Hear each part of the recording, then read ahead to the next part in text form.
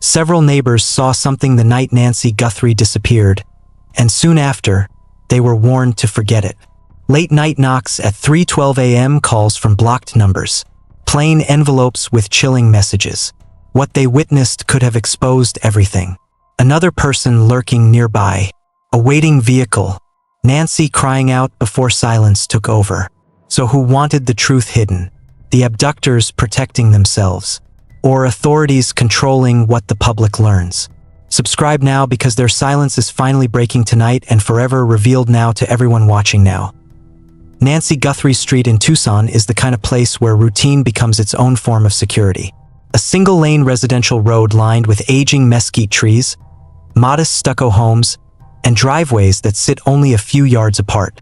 The houses were built close enough that porch lights from one property spill into the windows of the next. In neighborhoods like this, privacy exists, but anonymity does not. People notice when something is wrong. And on the night Nancy disappeared, multiple people noticed things that did not belong. Directly adjacent to Nancy's home, on the west side, lives a retired Air Force mechanic who had occupied his residence for nearly 20 years. His nightly routine rarely changed. He watched television until after midnight, then performed a habitual walk through his house before going to bed, checking doors, windows, and the perimeter lights. That routine placed him awake during the precise window when activity began unfolding outside Nancy's property at approximately 12:52 a.m. He stepped into his kitchen, which has a narrow window overlooking the side yard that runs between his home and Nancy's. What he saw immediately registered as unusual. A faint, moving shadow passed along the exterior wall of Nancy's garage. It moved slowly and deliberately, stopping at intervals as if the person was listening for movement inside. The witness could not see facial features, but he clearly saw the outline of a human figure pressed close to the structure. He later told investigators the person's posture was cautious, almost practiced, not the casual movement of someone walking up to a friend's house. This was controlled movement, careful and intentional. He initially assumed it might be a family member or neighbor, but something felt wrong. The figure never approached the front door. Instead, it remained along the side of the house, an area rarely used for entry. He continued watching for nearly 30 seconds before the figure moved out of view toward the back of Nancy's property. Across the street, in a single-story home facing Nancy's driveway, another witness was awake for entirely different reasons. A middle-aged accountant who worked remotely often stayed up late finishing projects for clients in different time zones. His home office faces the front of Nancy's residence, giving him a clear line of sight to her driveway, front walkway, and street. At approximately 1:07 a.m., he noticed a vehicle he did not recognize. It was parked farther down the street than visitors typically parked, positioned near the curb where the streetlight was partially blocked by tree branches.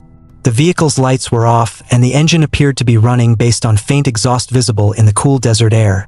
He later described the vehicle as a dark-colored crossover SUV with heavily tinted windows. What caught his attention was not just the vehicle's presence, but its timing. Nancy rarely had visitors at that hour, and when she did, they parked directly in her driveway, not down the street in partial concealment. He watched the vehicle for several minutes. It never moved. No one exited.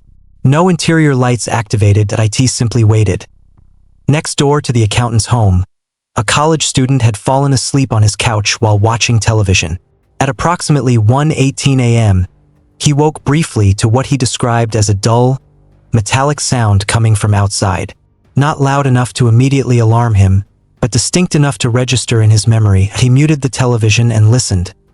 The sound did not repeat. He looked out his front window but saw nothing unusual. No movement, no people, just the quiet, empty street. He would later realize the timing of that sound aligned almost exactly with when Nancy's doorbell camera was disabled at 1:24 a.m. Another neighbor, whose bedroom window faced the rear of Nancy's property, heard something far more disturbing. A voice that was faint and brief, just a single cry. The witness later described it as the sound of surprise and fear. Cut off abruptly, he sat up in bed, listening for more. Nothing followed, and no footsteps. No yelling. No sounds of struggle. Just silence. He told investigators he questioned himself immediately. He wondered if he had imagined it, if it had come from a television somewhere else in the neighborhood.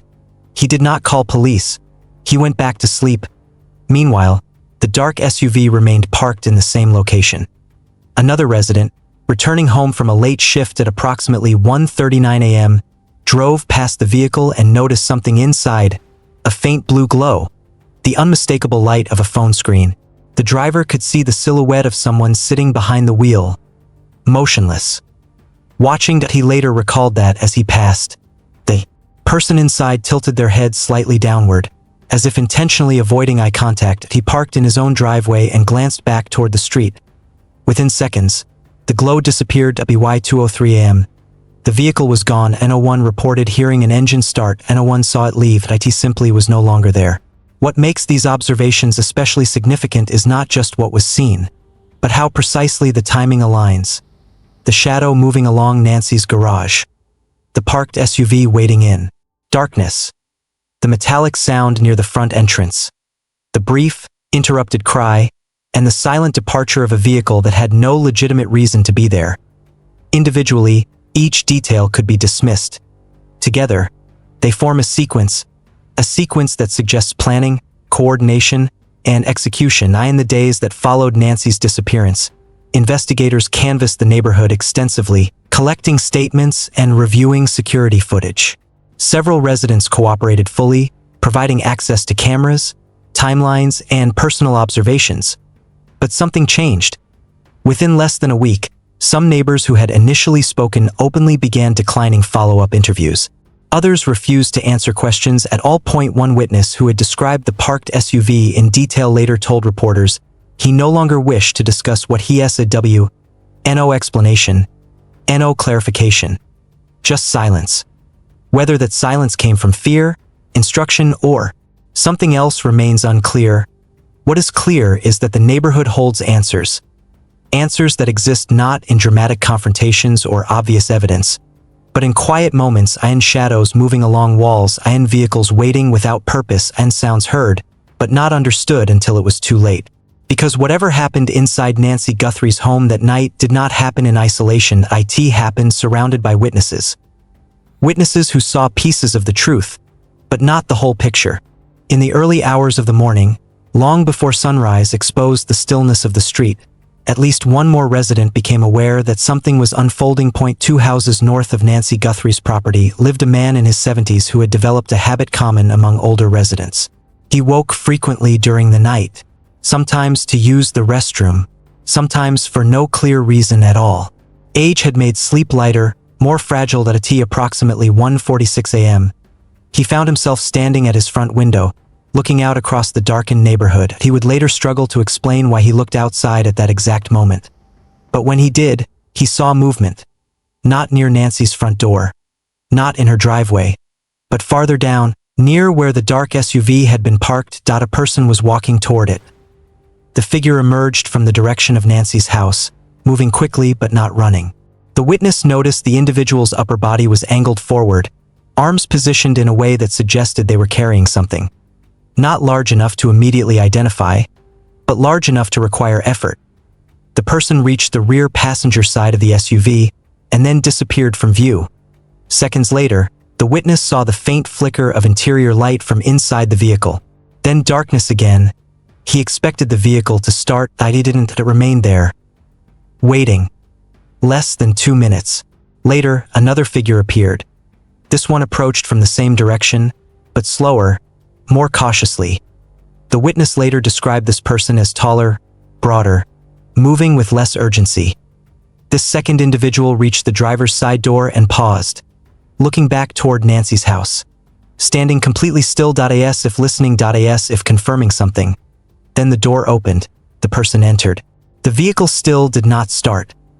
Inside Nancy's home, there were no lights visible from the street at that time. No indication to passing observers that anything had changed. No sign of distress visible from the outside. But one neighbor would later reveal something investigators found deeply unsettling. The woman living directly behind Nancy's property had installed a motion detection security light overlooking her backyard. Approximately 1:51 a.m., that light activated. The motion event was recorded. But when investigators reviewed the footage, they found no visible person, no animal, no obvious trigger, just the light turning on, illuminating an empty yard. then turning off again. What investigators could not explain was why the light activated at all, unless whatever triggered it remained outside the camera's field of view or deliberately avoided it. Back on the street, the dark SUV finally came to life at approximately 1:58 a.m. A neighbor several houses away heard the unmistakable sound of an engine starting. Low. Controlled. Not revved. Not hurried. Moments later, headlights turned on. But only briefly. They switched off again. Then the vehicle began to move. Rolling slowly at first. Almost gliding. It did not accelerate until it reached the end of the block. And then it was gone by 2 a.m. The street was quiet again. No voices. No footsteps. No movement. Just darkness. And the home where Nancy Guthrie had lived alone for years. Unaware neighbors returned to sleep. Others never woke at all during those critical moments. But one resident remained awake. A man whose bedroom window faced directly toward Nancy's backyard at approximately 2:12 a.m. He noticed something he would not fully understand until later. Nancy's back porch light was on. He was certain it had been off earlier. He remembered noticing the darkness when he first went to bed. Now it was illuminated, casting a pale yellow glow across the empty yard. He watched it for several seconds, waiting for someone to appear, and no one did. The light stayed on. Unchanged. At the time, he assumed Nancy herself had turned it on. Perhaps she had heard something. Perhaps she was checking outside. He did not know that by then, Nancy was already gone. Investigators would later confirm that Nancy's back porch light was controlled by a manual switch inside the house that could not activate automatically. Someone had turned it on. Whether that someone was Nancy or someone else remains one of the most disturbing unanswered questions. Because the timing suggests something important. That suggests that whoever was inside the home did not leave immediately. They stayed. They moved through the house. They interacted with the environment. They made decisions, and then they left, leaving behind no obvious signs of forced entry, no broken windows, no shattered doors. Nothing visible to passing observers. But neighbors would later describe something else. Something subtle. Something easy to overlook. Nancy's home did not look empty. It looked normal. Too normal. Her car was still in the driveway. Her curtains were still drawn. Her porch light was still on. Nothing signaled that anything was wrong, and that may have been intentional, because the greatest advantage in an operation like this is not speed. It is time. Time before anyone notices. Time before anyone questions. Time before anyone reacts. The longer Nancy's disappearance went unnoticed, the farther away whoever took her could get, and based on witness timelines, they had that time, hours, possibly more. Because Nancy was not reported missing until much later. Long after the vehicle had vanished. Long after the street had returned to silence. Long after the last witness had closed their eyes and gone back to sleep. And by then, whatever had happened inside Nancy Guthrie's home was already over. The people responsible were already gone. And the only thing left behind were fragments. Fragments of sound. Fragments of movement. Fragments of memory. Scattered across the minds of those who had unknowingly witnessed the final moments before Nancy disappeared forever. By the time the sun rose over Nancy Guthrie's neighborhood, the street looked exactly as it always had. Morning light revealed nothing unusual, no broken glass, no open doors, no obvious signs that anything had happened at all. Her car remained in the driveway, parked at the same angle it had been the evening before. Her mailbox was closed, her front gate undisturbed to anyone passing by. It appeared that Nancy was still inside, beginning another ordinary day, but subtle details told a different story. At approximately 6:12 a.m., a neighbor walking his dog passed Nancy's house and noticed her newspaper was still lying at the edge of the driveway. This alone was not alarming, but Nancy was known for retrieving her paper early. It was part of her routine. Something she did every morning without fail. By 7:30 a.m., the newspaper remained untouched. 8:05 a.m., another neighbor noticed the same thing. Still there, still undisturbed, and that was when concern began to form. Not panic. Not yet. Just a quiet recognition that something was wrong. At 8:42 a.m., Nancy's neighbor approached her front door. He knocked once. Waited, and no answer. He knocked again. Longer this time. Still nothing. He later said he felt an unease he could not explain. Not because of anything he saw, But because of what he didn't hear, no footsteps, no voice, no movement inside, Nancy was always home. And she always answered. He left, telling himself she might have gone out, that there was a reasonable explanation. But as the morning continued, that explanation became harder to believe, because Nancy's car never moved and Nancy never appeared. When family members were finally contacted and arrived at the house later that day, they immediately sensed the same thing. The house looked normal, but it did not feel normal. Inside, nothing appeared disturbed at first glance. Her purse was there, her phone, her keys. Items Nancy would never leave behind if she intended to go anywhere. Her bed showed signs she had slept in it, but there was no sign she had woken up normally. No breakfast dishes, no morning activity. Just stillness and absence. Investigators would later focus intensely on the timeline between 1 a.m. and 2:00 a.m. because that was when everything happened, and when everything ended. But perhaps the most chilling detail emerged not from what was found, but from what wasn't. There was no indication Nancy left voluntarily. No evidence she packed anything. No evidence she opened her door willingly to someone she trusted. Which meant one thing: whatever happened at IT was not her choice. Meanwhile, neighbors began replaying the night in their minds, remembering things that hadn't seemed important at the time. The parked vehicle, the moving shadows, the brief cry in the darkness. Each memory became heavier with meaning, heavier with regret. Because no one had called for help, no one had intervened, no one had understood. And now it was too late. One neighbor would later say the hardest part was realizing how close they had been. How whatever happened had unfolded just yards away, within sight, within earshot, and yet invisible, because the people responsible had moved carefully, quietly. They had relied on darkness, on timing, on hesitation. They had relied on the simple truth that most people do not expect to witness a crime, and therefore do not recognize one when it begins. In the days that followed, investigators returned to the neighborhood again and again, re-interviewing residents, re-examining footage, reconstructing movements, trying to turn fragments into answers. But fragments do not always form complete pictures.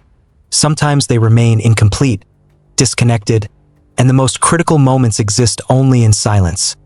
Silence inside a home where something terrible happened. Silence inside a vehicle that waited without explanation. Silence inside the memories of those who saw but did not yet understand. Because the reality is that Nancy Guthrie did not simply vanish. She was there, inside her home, surrounded by neighbors, surrounded by witnesses, and then she wasn't. Removed from the life she had built, removed from the place she felt safest, taken during a window of time so small most people slept through it. And whoever was responsible left behind almost nothing. No clear identity, no confirmed destination, no definitive answers. Only the knowledge that they had been there, moving through shadows, watching, waiting, and leaving before anyone could stop them. Which raises the question that still lingers over Nancy Guthrie's neighborhood. Not just what happened inside that house, but how something so significant could unfold in the middle of a quiet residential street. Observed in pieces, heard in fragments, and yet prevented by no one, because sometimes the difference between prevention and tragedy is not distance, it is awareness. And on that night, awareness came too late. Silenced witnesses and concealed evidence may have stolen Nancy Guthrie's only chance of rescue. Investigators were aware of another figure, the waiting vehicle, and the sounds from inside her home, yet the public was never warned. A person questioned near Tucson reportedly fits what neighbors described before fear shut them down. But precious days disappeared. Every moment without answers reduces hope. Unreleased security recordings could expose everything. Nancy remains missing tonight. What is being withheld could be what brings her back. The silence cannot continue any longer from them now here.